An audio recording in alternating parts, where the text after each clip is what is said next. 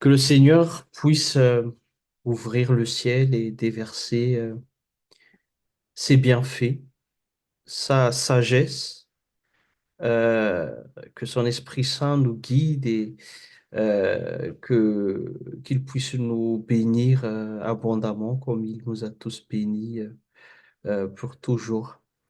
Le thème d'aujourd'hui, c'est la sanctification. C'est la première cellule de prière de l'année, qui est centrée sur cette sanctification. C'est un renouvellement de notre engagement envers le Seigneur Jésus-Christ. Avant d'aborder le thème, je vous invite à la prière. Père éternel, nous te remercions de toutes les prières qui ont été élevées. Merci aussi pour ton pardon que tu nous accordes. Heureux l'homme à qui tu as couvert ses fautes. Seigneur, nous sommes dans la joie car tu nous aimes et nous voici, Seigneur, prêts à entendre ta volonté. Que ton Esprit Saint nous guide, Seigneur, et que tout ce que je vais partager, Seigneur, pénètre nos cœurs et que ça devienne vie. Ça devienne vie euh, dans, dans notre monde spirituel, Seigneur. Et tu sais que nous sommes faibles, nous sommes fragiles, mais que toi, Jésus-Christ, notre Seigneur, mais en même temps notre Sauveur aussi, que tu sois auprès de nous, toi qui nous as aimés et qui nous as rachetés par le sang précieux, Seigneur. Seigneur, euh, que tu nous montres la voie, car tu es le chemin, la vie et la vérité. Seigneur, à présent, parle, car tes serviteurs t'écoutent. En t'en faisant cette prière. Amen. Comme ce qui a été dit, le thème, c'est la sanctification. Qu'est-ce qu'on entend par sanctification, tout d'abord? La sanctification, c'est le fait d'être mis à part. Et mis à part comment? Mis à part pour faire quelque chose. Par exemple, je ne sais pas, j'ai un stylo, par exemple, que je garde spécialement pour écrire des poèmes. Donc, je ne peux pas écrire des poèmes avec d'autres stylos, mais il me faut vraiment ce stylo. Et ce stylo, je ne vais pas l'utiliser n'importe quoi, n'importe comment, parce que j'en ai vraiment besoin. Donc, c'est précieux pour moi, le propriétaire, mais en même temps, la chose consacrée se réjouit parce que la chose est utile pour son propriétaire. Et donc, qu'est-ce qu'on entend par sanctification alors quand on parle spirituellement? Donc, la sanctification, c'est le fait que Dieu lui-même nous met à part. Jésus dit, Seigneur, Père, c'est pas, je te demande de ne pas les enlever du monde, mais de le protéger du monde. Donc, nous sommes en tant que jeunes, en tant que chrétiens, nous vivons dans ce monde, mais nous ne sommes pas de ce monde. Donc, c'est là être sanctifié, vivre dans le monde, mais être différent de ce que le monde fait parce que nous sommes le peuple de Dieu. Nous sommes mis à part. Et donc, c'est une question très importante et très pertinente aussi en cette début d'année, parce que le fait d'être sanctifié, en fait, nous rappelle que nous appartenons à Dieu. Et s'il y a une résolution, alors, dans notre vie chrétienne, c'est de demander à Dieu et répondre aussi à cette demande de sanctification dans notre vie. Si nous revenons, si nous prenons le verset qui a été choisi concernant cette sanctification, c'est dans 2 Corinthiens chapitre 7, verset 1er que je lis au nom de Jésus. Puisque nous avons de telles promesses, bien-aimés, purifions-nous de tout ce qui souille notre corps et notre esprit et poursuivant jusqu'au bout la sainteté dans la crainte de Dieu. Donc c'est l'apôtre Paul qui écrit aux Corinthiens ici. Euh, si nous regardons le chapitre 6, parce que ce verset commence par puisque nous avons de telles promesses, quelle est cette promesse? Quelle est cette promesse qui motive la sanctification? Parce que c'est euh, ces promesses-là qui précèdent l'injonction, l'exhortation de l'apôtre Paul à se purifier de toute souillure. Quelles sont ces promesses-là? Donc, si nous lisons le chapitre 6 vers la fin du chapitre 6, l'apôtre Paul exhorte les Corinthiens comme quoi ils sont le temple de Dieu. Nous, en tant que chrétiens, nous sommes le temple de Dieu. Et c'est une volonté de Dieu de sanctifier son peuple pour qu'il habite au milieu de son peuple, pour que Dieu réside au milieu de son peuple. Et dans l'Ancien Testament, Dieu réside au milieu de son peuple par le tabernacle ou la tente de Tanlationen, la tente de rencontre, mais aussi dans le Nouveau Testament, nous avons aussi Jésus qui est au milieu de nous. Quand on dit euh, euh, si là où deux ou trois se réunissent en mon nom, je serai au milieu d'eux. Donc c'est Jésus qui a dit ça.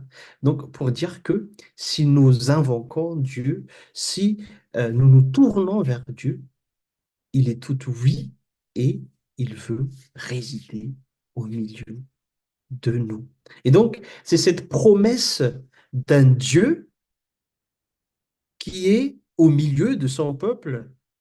C'est ça la promesse qui motive la sanctification, la purification. C'est parce que Dieu lui-même veut habiter, résider au milieu de son peuple. Quand on parle de sanctification, tout d'abord, il faut savoir que c'est Dieu lui-même qui veut sanctifier son peuple. C'est vrai que Dieu dit, vous serez saints parce que je suis saint, mais en réalité, Dieu lui-même euh, veut nous sanctifier parce que nous faisons partie de son peuple au milieu de toutes les nations. Dans Exode, chapitre 19, versets 5 et 6, il est dit, au nom de Jésus, maintenant, si vous écoutez ma voix et si vous gardez mon alliance, vous m'appartiendrez personnellement parmi tous les peuples, car toute la terre m'appartient. Vous serez pour moi un royaume de prêtres, une nation sainte. Voilà les paroles que tu diras aux Israélites. C'est une parole qui s'adressait au peuple d'Israël, mais qui s'adresse à nous aussi. Pourquoi? Parce que Dieu veut faire alliance avec son peuple. Dieu veut résider au milieu de son peuple. Dieu veut faire un contrat au milieu de son peuple. C'est vrai que c'est une alliance inconditionnelle. Ça ne dépend pas de l'état du peuple, mais le peuple doit répondre justement à cette alliance. Et c'est pour cela que la parole de Dieu nous dit, si vous écoutez ma voix et si vous gardez mon alliance, si vous répondez oui à l'alliance que Dieu fait, il nous sanctifie. Il nous met à part parmi le peuple et nous sommes des euh, royaumes de prêtres. Et donc, dans ce projet de Dieu de sanctifier son peuple, la nature humaine est défaillante. Parce que depuis Genèse, la nature humaine ne fait que désobéir à la parole de Dieu. Il y a un Dieu qui tend la main, mais la nature humaine veut toujours s'éloigner de Dieu, veut transgresser l'alliance de Dieu. Et ça nous arrive dans notre vie de tous les jours. C'est pour ça ce rappel de sanctification au début de l'année, parce que des fois, euh, nous entendons la parole de Dieu, nous savons vraiment que euh, Dieu est le péché, mais à un moment donné, nous faisons toujours ce qui nous semble, notre désir. Et si nous regardons le peuple d'Israël, c'est que à chaque fois, le peuple, euh, la parole de Dieu nous dit que c'est un peuple de cou raide. Chaque fois, il transgressait la parole de Dieu. C'est pas dans la vie de tous les jours, nous savons qu'il n'est pas bien de mentir, mais nous mentons toujours. Il n'est pas bien de regarder, de se fantasmer sur des films pour adultes, mais nous regardons toujours. Il n'est pas bien de tricher, mais nous trichons toujours. Et pourtant, nous sommes des chrétiens. Il n'est pas bien de médire des autres, de faire des commérages, mais nous le faisons toujours. Il n'est pas bien de tromper son prochain, et nous faisons toujours. Et donc, nous ne pouvons pas répondre à cet euh, appel à garder l'alliance dans la sanctification par nous-mêmes. Nous avons vraiment le désir, mais notre force est faible. Et c'est pour cela qu'il faut tourner vers Jésus. Et c'est Jésus qui nous purifie le cœur. La parole de Dieu nous dit dans son projet, Ézéchiel chapitre 36, verset 26, je vous donnerai un cœur nouveau et je mettrai en vous un esprit nouveau. Je retirerai de votre corps le cœur de pierre et je vous donnerai un cœur de chair. C'est Dieu qui peut changer les hommes. Ne nous trompons pas, hein. Des fois, nous disons, non, il faut vraiment que je change cette personne et tout. C'est peut-être parce que j'ai pas bien prêché la parole de Dieu, c'est pour ça qu'il n'a pas changé, ou je sais pas. C'est Dieu lui-même qui change le cœur. Et c'est dans son initiative, justement, d'envoyer Jésus pour que Jésus puisse nous purifier de tous nos péchés par le sang versé à la croix. C'est de là que vient la sanctification authentique, parce que des fois, nous voulons la sanctification, mais la sanctification par notre propre force. Et c'est comme la résolution de chaque année. On peut tenir un mois, 2 mois, mais après, c'est fini. Parce que nous nous comptons sur notre propre force. Mais Jésus est venu pour nous libérer. Et Jésus a payé le prix fort à la croix. Il a versé son sang précieux. Et c'est de là que je peux tirer ma sanctification parce que lui, il me purifie d'abord.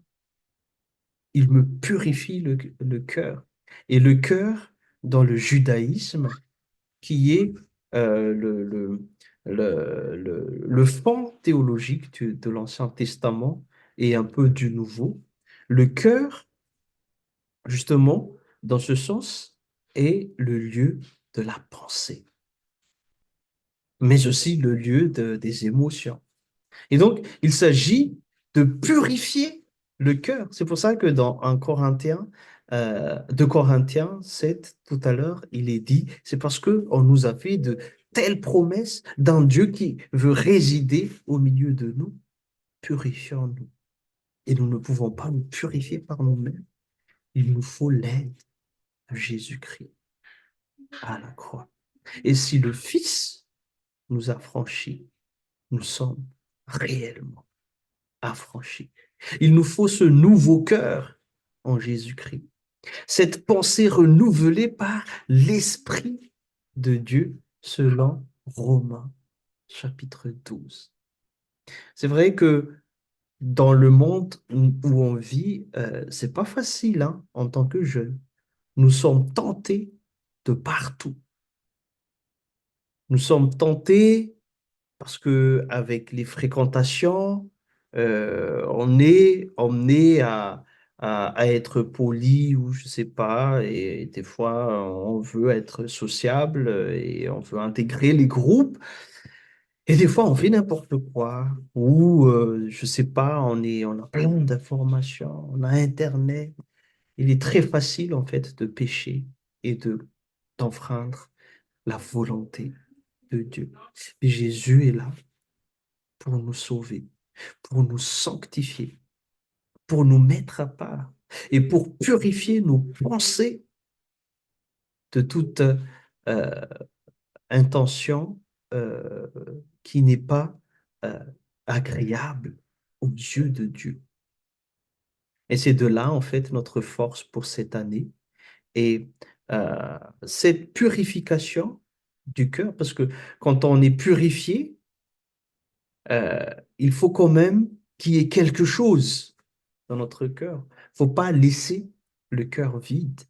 Et donc, c'est de là qu'on doit être, qu'il nous est exhorté d'être sanctifié par la parole de Dieu. Jésus dit, Jean 17, 17, Père, sanctifie-les par ta parole est la vérité. Qu'est-ce qu'on entend par sanctification? Par la parole de Dieu, donc être mis à part à méditer la parole de Dieu, être mis à part à vivre la parole de Dieu dans la vie de tous les jours. Et c'est cela qui nous fait la différence parce que dans le monde, il n'y a pas de règles, ni Dieu, ni loi. Mais pour nous, nous avons un Dieu. Et nous avons cet commandement de Dieu qui nous est très cher, qui est révélé par la parole. Si nous pensons à Josué, Josué qui est un vrai guerrier qui a l'idée qui a conduit le peuple d'Israël dans la terre promise.